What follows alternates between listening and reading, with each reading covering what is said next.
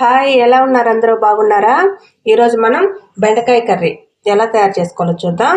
దానికోసం నేను 150 గ్రాముల బెండకాయలు తీసుకున్నాను. అవి శుభ్రంగా కడిగేసుకొని క్లాత్ తీసుకొని తుడిచేసుకొని ఇలా కట్ చేసి పెట్టుకున్నాను. ఒక మిక్సీ జార్ తీసుకొని 2 మీడియం సైజ్ ఆనియన్ కట్ చేసి పెట్టుకున్నాను. అవి వేసుకుందాం. దాంతోపాటు 2 పచ్చిమిర్చి, కొంచెం అల్లం ముక్క, 4-5 వెల్లుల్లి రెబ్బలు వేసుకొని ఇవి కొంచెం బరగ్గా గ్రైండ్ చేసుకుందాం. చూడండి, ఇలా గ్రైండ్ చేసుకొని పక్కన పెట్టేసుకోండి. స్టవ్ ఆన్ చేసుకొని కడాయి పెట్టుకొని 2 టేబుల్ స్పూన్లు ఆయిల్ వేసుకుందాం.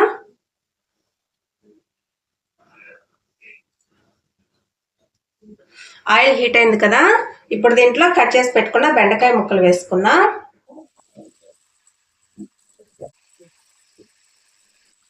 బెండకాయ ముక్కల్ని ఇలా ఫ్రై చేసుకోవడం వల్ల దీంట్లో జిగురు ఉంటుంది కదండి, అది పోతుంది. చూడండి, బెండకాయ ముక్కలు చక్కగా ఫ్రై అయిపోయాయి కదా, వీటిని తీసి ఒక ప్లేట్లో వేసేసుకుందాం.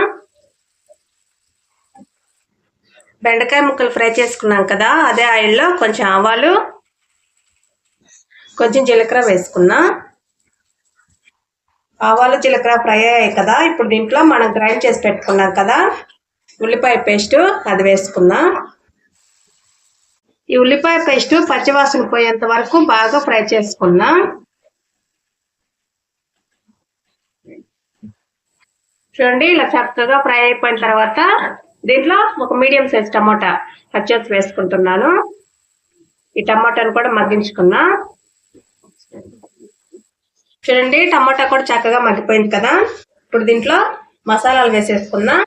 1 స్పూన్ కారం, రుచికి తగినంత ఉప్పు. కారం మీరు ఎక్కువగా తినే వాళ్ళైతే కొంచెం ఎక్కువ వేసుకోండి. 1 స్పూన్ ధనియాల పొడి, 1 స్పూన్ గరం మసాలా. ఇవంతా ఒకసారి కలిపేసుకున్నా.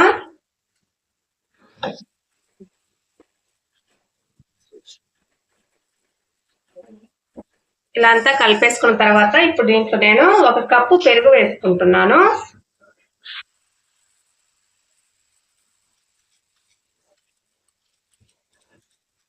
ఇదంతా కూడా కలిపేసుకున్నా.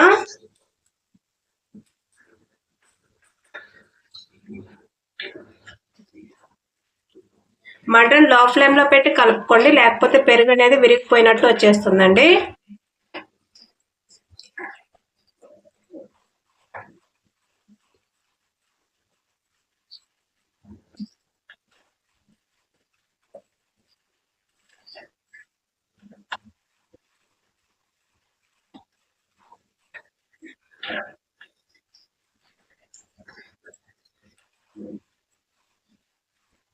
దీంట్లో ఆయిల్ అనేది సపరేట్ అవుతుందండి, అప్పటి వరకు కొంచెం ఉడికించుకుందాం దీన్ని.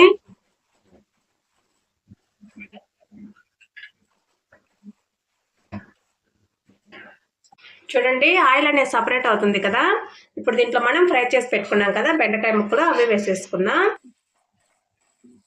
వేసేసుకొని 1 నిమిషం పాటు కలిపేసుకుందాం.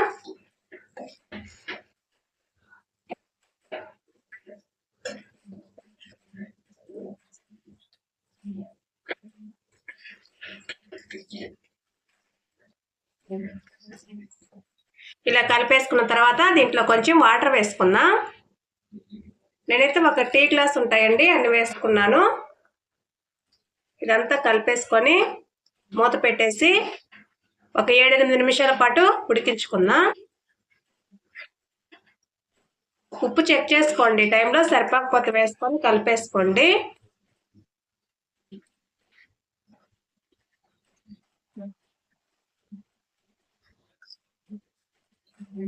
చూడండి, ఆయిల్ అంతా సపరేట్ అయిపోతుంది కదా, బెండకాయ కూర రెడీ అయిపోయింది. లాస్ట్లో మనం ఇప్పుడు కొంచెం కొత్తిమీర వేసేసుకుందాం. వేసుకొని స్టవ్ ఆపేసుకుందాం. చూడండి, ఎంతో టేస్టీగా ఉండే బెండకాయ కర్రీ రెడీ అయిపోయింది. మీరు ఖచ్చితంగా ట్రై చేయండి, మీకు నచ్చుతుంది. ట్రై చేసి టేస్ట్ అనేది ఎలా వచ్చిందో మా కామెంట్ బాక్స్లో తెలియచేయండి. ఇలాంటి మరిన్ని వీడియోల కోసం మా ఛానల్ని సబ్స్క్రైబ్ చేసుకోండి. Thank you.